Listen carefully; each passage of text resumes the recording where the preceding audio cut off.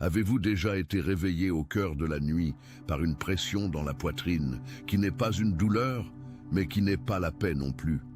Cette sensation qu'un événement immense est sur le point de se produire, sans que vous ne puissiez encore en discerner la forme? Si cela résonne en vous, ne quittez pas cette vidéo. Ce que je vais vous révéler aujourd'hui va transformer la manière dont vous percevez tout ce que vous avez vécu jusqu'à présent. Je dois vous dire une chose avec une franchise absolue. Le silence, que vous avez interprété comme un rejet divin, n'était pas un rejet. C'était une préparation. Et le temps de cette préparation est désormais révolu. Il existe une vérité que le ciel est prêt à vous remettre. Une vérité qui fut scellée pour un temps, non pour vous punir, non parce que vous ne la méritiez pas, mais parce qu'il y avait un moment déterminé pour sa révélation. Et ce moment, c'est maintenant. Restez avec moi jusqu'à la fin de cette vidéo, car je vais vous montrer 3 choses qui vont réorganiser complètement votre compréhension de qui vous êtes. Des raisons pour lesquelles vous avez traversé ce que vous avez traversé, et de ce qui est sur le point d'arriver dans votre vie. Si vous en êtes arrivé là, ce n'est pas par accident. Commençons par la chose la plus honnête que je puisse vous dire. Vous avez porté un poids qui n'était pas le vôtre, un poids qui a un nom, mais que vous n'avez peut-être jamais réussi à identifier clairement. Ce poids s'appelle un faux récit. Une histoire sur vous-même qui a été construite au fil des années avec les briques de vos échecs, de vos déceptions, des moments où vous avez prié et où le ciel est apparu silencieux. Réfléchissez un instant. Vous souvenez-vous de cette fois où vous avez attendu une réponse qui n'est pas venue dans le délai que vous espériez? De cette situation où vous avez tout fait correctement, imploré, jeûné, cherché, et pourtant le résultat a été différent de ce que vous attendiez? Et à un moment donné, tout au fond, une voix a chuchoté « Peut-être que tu n'es pas à la hauteur. Peut-être que Dieu ne t'écoute pas spécifiquement. Peut-être qu'il y a des personnes plus qualifiées pour recevoir ces bénédictions, ces révélations, ces réponses. » Cette voix vous a menti. Et le problème n'est pas que vous ayez entendu cette voix. Le problème... Attention, vous devez vous préparer maintenant. J'ai préparé un contenu exclusif pour ceux qui sentent qu'ils ont été mis à part pour quelque chose de plus grand, mais vivent entourés de bruit, de distractions et de surcharge mentale. C'est un parcours de 30 jours qui va transformer votre vie, un chemin guidé pour blinder votre esprit et vous préparer à ce qui vient avec des pratiques quotidiennes de focus, de limites et de discipline, également disponible en version audio immersive. Plus de 10 000 lecteurs ont déjà transformé leur vie grâce au parcours de 30 jours. Des milliers de personnes ont déjà commencé cette transformation. Des gens comme vous, qui en avaient assez de vivre dans le brouillard. Des personnes ordinaires qui ont décidé de ne plus accepter le chaos mental. Profitez de cette offre à durée limitée, uniquement ce mois-ci. Accédez à votre lien juste en dessous, dans le commentaire épinglé. C'est qu'à un moment donné, vous avez signé en bas. Vous avez donné votre accord et à partir de là, sans vous en rendre compte, vous avez commencé à vivre recroquevillé. Vous avez commencé à demander la permission d'entrer par des portes qui étaient déjà ouvertes pour vous. Vous avez commencé à vous auto-censurer, à réduire vos rêves, à couper les ailes de vos destinées pour vous faire entrer dans des récits plus petits. Cela a un nom dans la guerre spirituelle. Cela s'appelle une stratégie d'identité falsifiée. L'adversaire n'a pas besoin de vous détruire ouvertement s'il parvient à vous faire oublier qui vous êtes. Un élu qui ne sait pas qu'il est élu est la cible la plus facile qui soit. Il se maintient petit de son propre gré. Il fait le travail de l'adversaire tout seul, sans qu'aucune force extérieure ne soit nécessaire. Et je sais que cela peut sembler lourd, mais soyez attentifs, car voici le renversement. Il existe un verset que la plupart des gens lisent en passant, mais qui contient l'une des vérités les plus explosives des Écritures. Deutéronome 29, verset 29 dit « Les choses cachées sont à l'Éternel, notre Dieu. Les choses révélées sont à nous et à nos enfants, à perpétuité. » Lisez-le encore lentement. Les choses révélées vous appartiennent. Elles n'appartiennent pas aux pasteurs les plus célèbres. Elles n'appartiennent pas aux prophètes des réseaux sociaux. Elles n'appartiennent pas aux personnes qui semblent avoir une spiritualité plus organisée, une vie plus rangée, une foi plus inébranlable. Les choses révélées vous appartiennent. Elles sont vôtres par décret, non par mérite. Cela signifie que les réponses que vous avez cherchées ne vous sont pas cachées. Elles sont gardées pour vous. Il existe une différence abyssale entre ces deux prépositions. Quand quelque chose est caché de vous, il y a une intention d'exclusion. Une porte verrouillée avec un écriteau qui dit « vous ne pouvez pas entrer ». Mais quand quelque chose est gardé pour vous, la dynamique est complètement différente. C'est comme lorsqu'une mère cache le cadeau de son enfant sous le lit des semaines avant l'anniversaire. Le cadeau appartient déjà à l'enfant, il porte déjà son nom, il a déjà été choisi en pensant à lui. Seulement, le jour de la remise n'est pas encore arrivé. Ce que vous avez vécu n'est pas un rejet. C'est la veille de l'anniversaire. Et je sais que la veille fatigue. Je sais qu'attendre quand on a soif est épuisant. Mais ce que vous devez comprendre, c'est que ce qui est gardé pour vous n'a pas diminué pendant l'attente. Il n'a pas fané. Il n'a pas été donné à un autre. Il est intact, complet, avec votre nom écrit dessus, attendant le moment déterminé. Et pourquoi existe-t-il un moment déterminé? Pourquoi Dieu n'a-t-il pas simplement tout donné d'un coup? C'est l'une des questions les plus honnêtes qu'un être humain puisse poser. Et elle mérite une réponse honnête. Pensez à une graine. Quand vous plantez une graine dans la terre, elle traverse un processus qui semble complètement contradictoire avec ce que vous voulez. Vous voulez un arbre, mais avant de devenir un arbre, la graine doit mourir. Elle doit se défaire, perdre la forme qui la définissait, devenir méconnaissable. Si vous déterriez cette graine au milieu de ce processus et la montriez à quelqu'un, la personne dirait « c'est mort, cela ne donnera rien ». Mais l'agriculteur sait que ce qui semble être la mort est en réalité une transformation. C'est le processus par lequel la graine cesse d'être seulement une graine pour devenir quelque chose qui peut générer des centaines d'autres graines. Maintenant, dites-moi, combien de fois dans votre vie avez-vous traversé un processus qui semblait être la mort? Une perte, une séparation, un échec public, une saison de sécheresse spirituelle où vous ne parveniez même pas à prier avec conviction. Et combien de fois ce qui semblait être la fin est devenu le début de quelque chose que vous n'auriez jamais pu prédire? L'agriculteur expérimenté ne panique pas lorsque la graine disparaît, parce qu'il comprend le processus. Dieu est l'agriculteur le plus expérimenté qui soit. Il n'a pas paniqué lors de vos moments de crise. Il ne s'est pas tourné vers les anges pour dire « Celui-ci, je vais devoir le mettre de côté. Cela ne fonctionne pas. » Il surveillait le processus.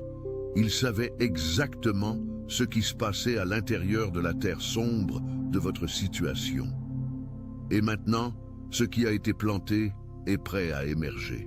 Mais avant de continuer, je dois parler de quelque chose que personne ne vous a probablement dit, de la manière dont je vais vous le dire maintenant.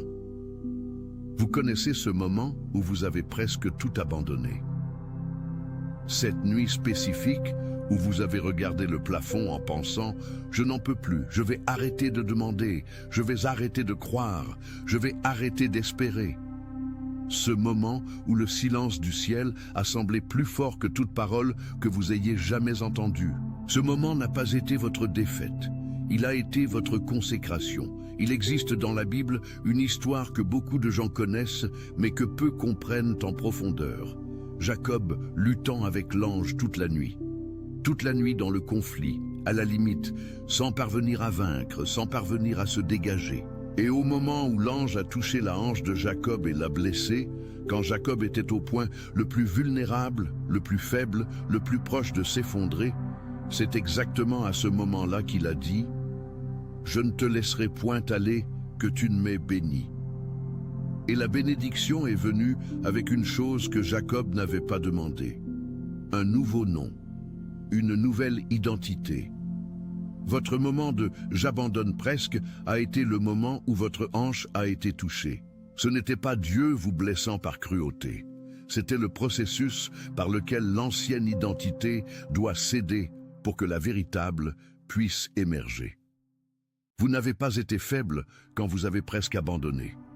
Vous étiez transformé à un niveau que votre conscience ne pouvait pas traiter.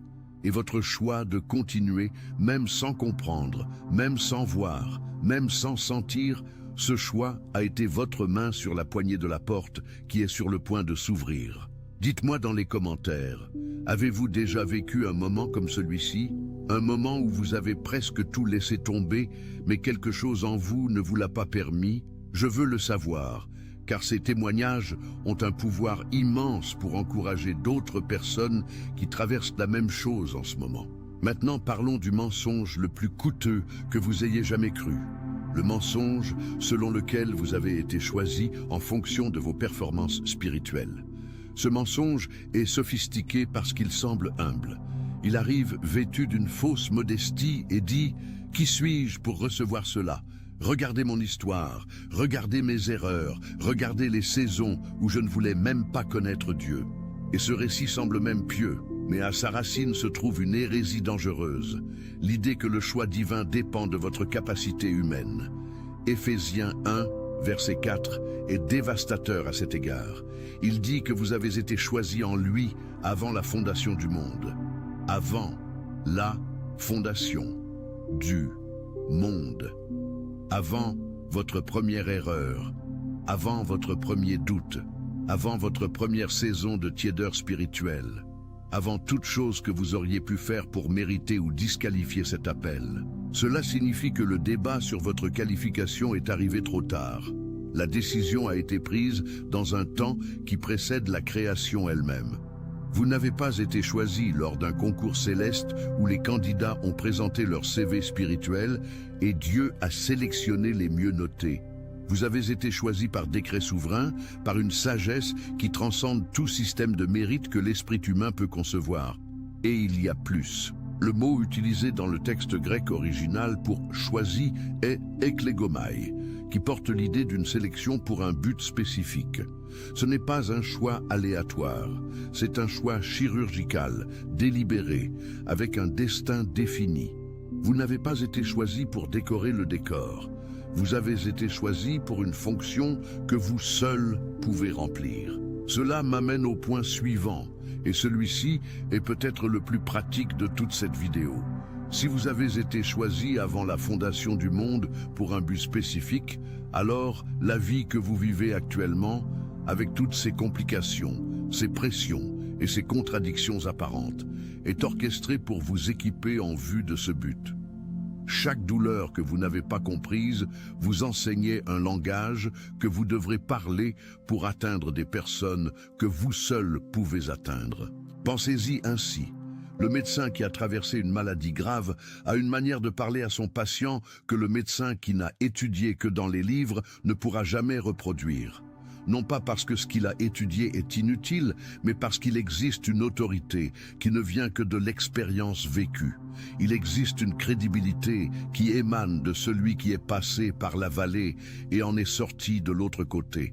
Chaque saison que vous avez traversée, chaque nuit où vous avez prié dans l'obscurité sans réponse, chaque moment où vous avez tenu la foi à bout de dents sans rien sentir, cet ensemble d'expériences vous a donné une autorité spirituelle qu'aucune école, aucun cours, aucune série d'enseignements ne peut vous donner. Vous avez été formé par le feu lui-même. Et le feu ne détruit pas l'or, il élimine les impuretés. Ce qui sort du four est plus pur, plus précieux, plus valable que ce qui y est entré. Ce que vous étiez avant d'entrer dans cette saison difficile était bon. Mais ce que vous êtes en train de devenir de l'autre côté est extraordinaire. Maintenant, je dois te poser une question qui va peut-être te déranger un peu, et j'ai besoin que tu sois honnête avec toi-même. Quels accords as-tu passés avec des histoires qui n'ont jamais été vraies? Je ne parle pas d'accords conscients et délibérés. Je parle de ces accords silencieux que l'on passe quand on cesse de remettre en question certaines croyances sur soi-même. Quand on accepte simplement comme une vérité absolue quelque chose qui a été dit par quelqu'un qui t'a blessé, par une situation qui t'a brisé, par un échec que tu as interprété comme une sentence définitive.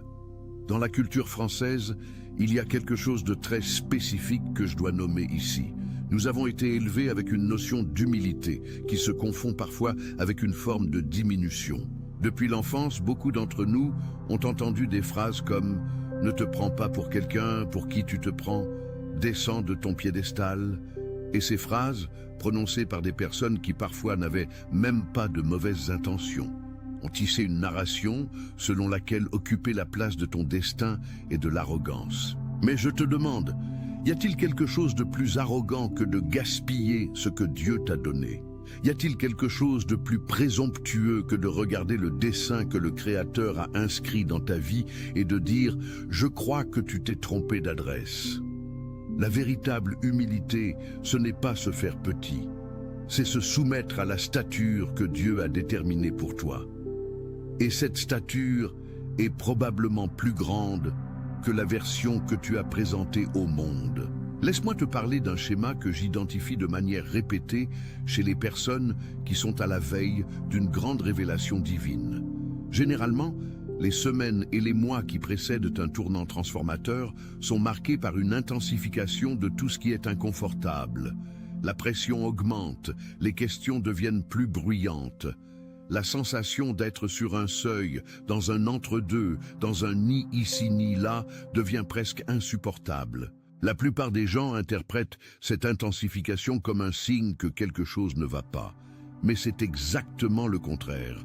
C'est le signe que quelque chose est sur le point de réussir à une échelle que tu ne peux pas encore mesurer. Pense à une cocotte minute. Que se passe-t-il juste avant que la pression n'atteigne le niveau nécessaire pour cuire ce qui est à l'intérieur? Le couvercle tremble. La vapeur tente de s'échapper de tous les côtés. Le bruit augmente. Celui qui ne connaît pas le processus pourrait penser que la cocotte est sur le point d'exploser. Mais celui qui comprend sait que c'est exactement le moment où le processus fonctionne parfaitement. Es-tu dans le couvercle qui tremble en ce moment? Alors ce qui est en toi est presque prêt. Je dois parler de quelque chose de spécifique qui se produit dans la vie de nombreuses personnes, au-delà de 35 ans, qui est précisément le public qui porte le plus ce poids que nous décrivons. Celui qui a atteint 35, 40, 45 ans avec des rêves qui ne se sont pas encore matérialisés fait face à une tentation spécifique, la tentation de faire les comptes, de regarder l'âge, le temps qui a passé, les opportunités qui semblent avoir échappé et de conclure que le délai est expiré, que le train est passé et que tu es resté sur le quai. C'est l'un des pièges les plus efficaces que l'ennemi tend aux personnes mûres, car il utilise des données réelles pour arriver à des conclusions fausses. Les données sont vraies. Le temps a passé, des choix ont été faits, certaines portes se sont fermées. C'est réel. Mais la conclusion que le meilleur est derrière toi est un mensonge. Abraham avait 75 ans quand Dieu l'a appelé à tout changer. Sarah a conçu quand la biologie humaine avait déjà déclaré cela impossible. Moïse a commencé sa plus grande mission à 80 ans. Ce ne sont pas seulement des personnages bibliques pour t'encourager avec de belles histoires. Ce sont des preuves d'un schéma divin qui va à contre-courant de la logique humaine sur le temps et l'opportunité. Le Dieu que tu sers n'est pas limité par ton calendrier biologique ou social. Il n'a pas besoin de 30 ans de pistes dégagées pour concrétiser ce qu'il a promis. Il peut comprimer des décennies en des saisons. Il peut faire en un an ce que la logique humaine dirait nécessiter 10 ans. Et souvent, le niveau d'accélération qu'il applique est proportionnel au temps d'attente. Ce qui semblait être un retard était un cumul. C'était un réservoir qui se remplissait. Et quand il ouvre la vanne, l'eau ne s'écoule pas, elle jaillit. Mais maintenant, je dois être très pratique, car une spiritualité sans ancrage ne transforme pas la vie, elle transforme l'émotion temporaire. Que fais-tu à partir d'aujourd'hui avec tout ce dont nous parlons? Premièrement, tu dois révoquer les accords avec les histoires fausses. Ce n'est pas une métaphore poétique, c'est un acte concret et délibéré. Cela signifie que tu t'arrêtes aujourd'hui et identifies les croyances sur toi-même que tu n'as jamais remises en question, mais qui ont gouverné tes décisions. Cela peut être la croyance que les gens comme toi n'arrivent pas à certains endroits. La croyance que tu sabotes toujours ce qui réussit. La croyance que Dieu a des favoris et que tu n'es pas sur cette liste. Identifie ces croyances. Écris-les sur papier. Et ensuite, fais quelque chose de simple mais puissant. Questionne l'origine de chacune d'elles. D'où vient cette croyance? Qui l'a dite en premier? Quelle expérience l'a cristallisée comme vérité dans ton esprit? Dans la plupart des cas, tu découvriras que ces croyances ont un auteur humain et une date de création. Elles ne viennent pas du ciel. Elles viennent d'une situation spécifique, d'une personne spécifique, d'un moment spécifique, et ont été généralisées comme des vérités universelles sur ton identité. Ce qui a une origine peut être déconstruit. Ce qui a été construit peut être défait. Deuxièmement, tu dois récupérer le vocabulaire de ton destin. Prête attention au langage que tu utilises pour parler de toi et de ton avenir. Il y a une énorme différence entre dire « j'aimerais vraiment que cela arrive dans ma vie » et dire « cela est en train d'arriver dans ma vie ». Entre « je ne sais pas si j'en suis capable » et « je suis équipé pour cela ». Les mots ne sont pas neutres. Ils portent en eux la création ou la destruction. Ils construisent des réalités ou les rongent. Ce n'est pas la loi de l'attraction, c'est un principe biblique. Les proverbes disent que la vie et la mort sont au pouvoir de la langue. Paul dit que nous appelons les choses qui ne sont pas comme si elles étaient. Le langage est un instrument de guerre spirituelle et de construction d'identité. Troisièmement, tu dois arrêter d'attendre de te sentir prêt pour agir comme qui tu es. C'est la plus grande tromperie.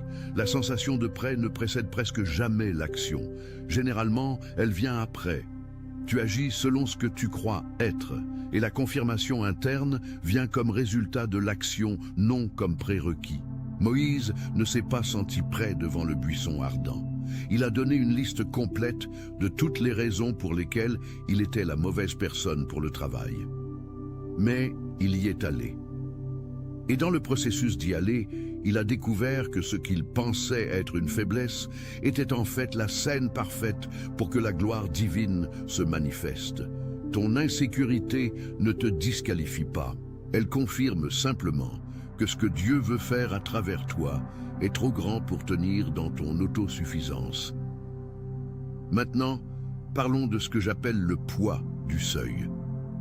Il existe un phénomène spirituel et psychologique qui se produit lorsqu'une personne est au bord d'une transition significative.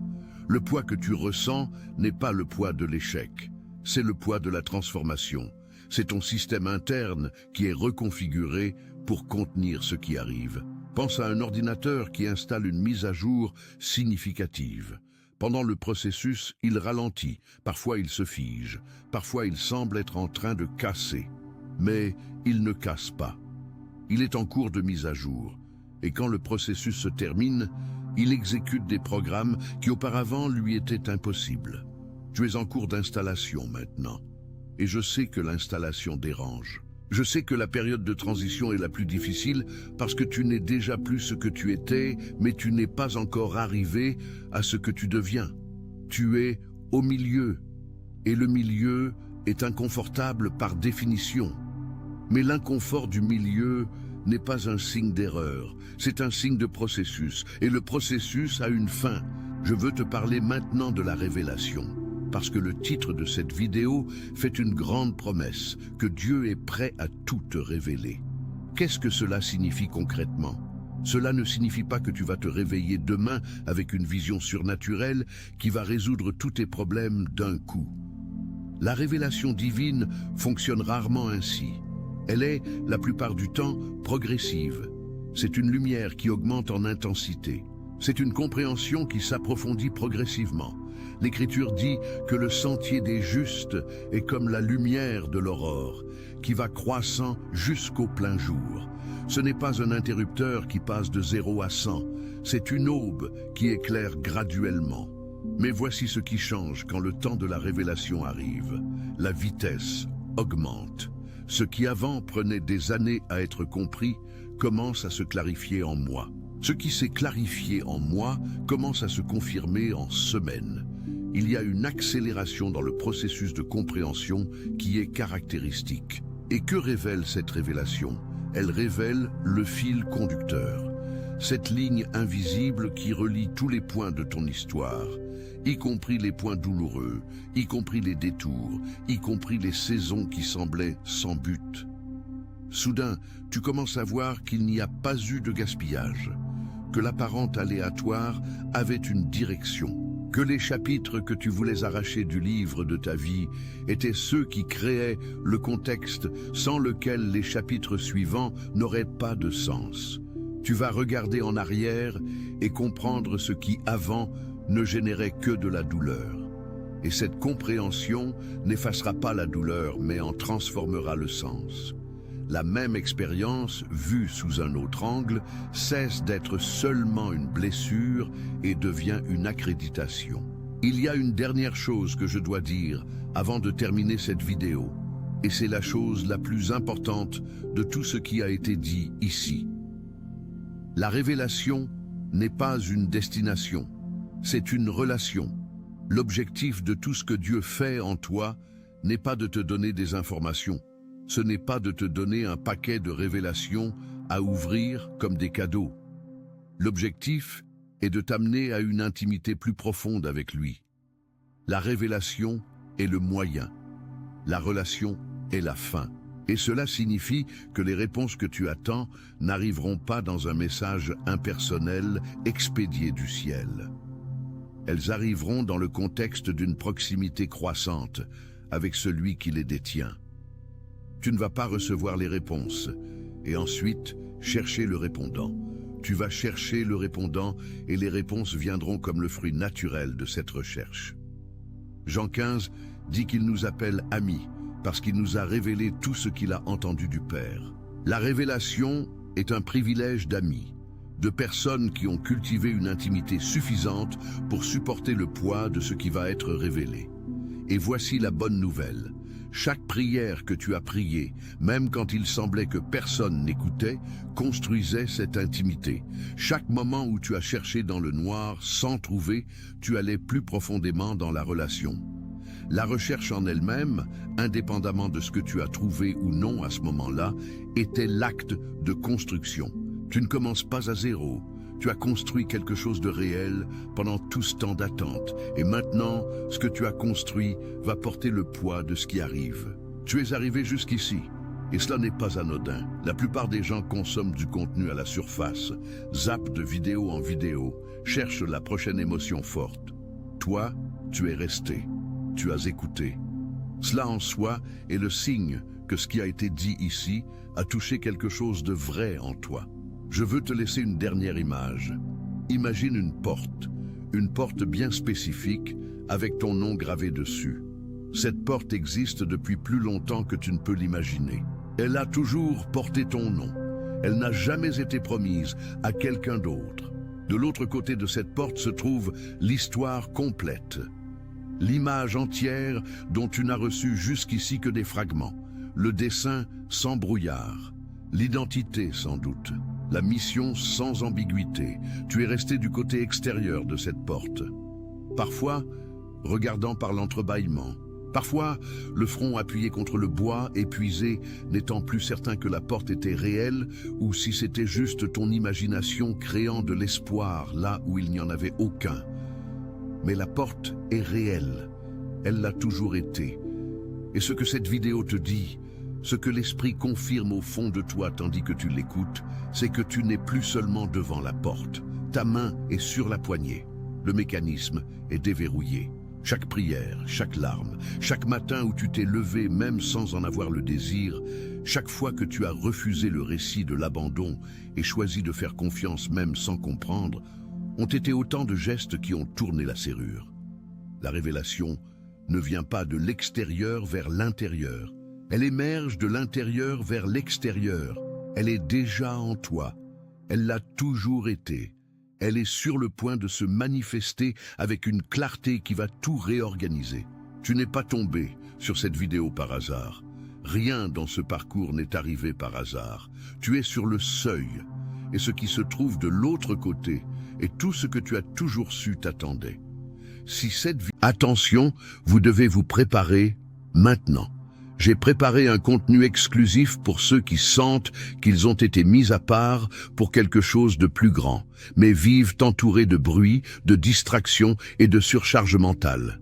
C'est un parcours de 30 jours qui va transformer votre vie, un chemin guidé pour blinder votre esprit et vous préparer à ce qui vient, avec des pratiques quotidiennes de focus, de limites et de discipline, également disponible en version audio immersive. Plus de 10 000 lecteurs ont déjà transformé leur vie grâce au parcours de 30 jours. Des milliers de personnes ont déjà commencé cette transformation. Des gens comme vous, qui en avaient assez de vivre dans le brouillard. Des personnes ordinaires qui ont décidé de ne plus accepter le chaos mental. Profitez de cette offre à durée limitée, uniquement ce mois-ci. Accédez à votre lien juste en dessous, dans le commentaire épinglé.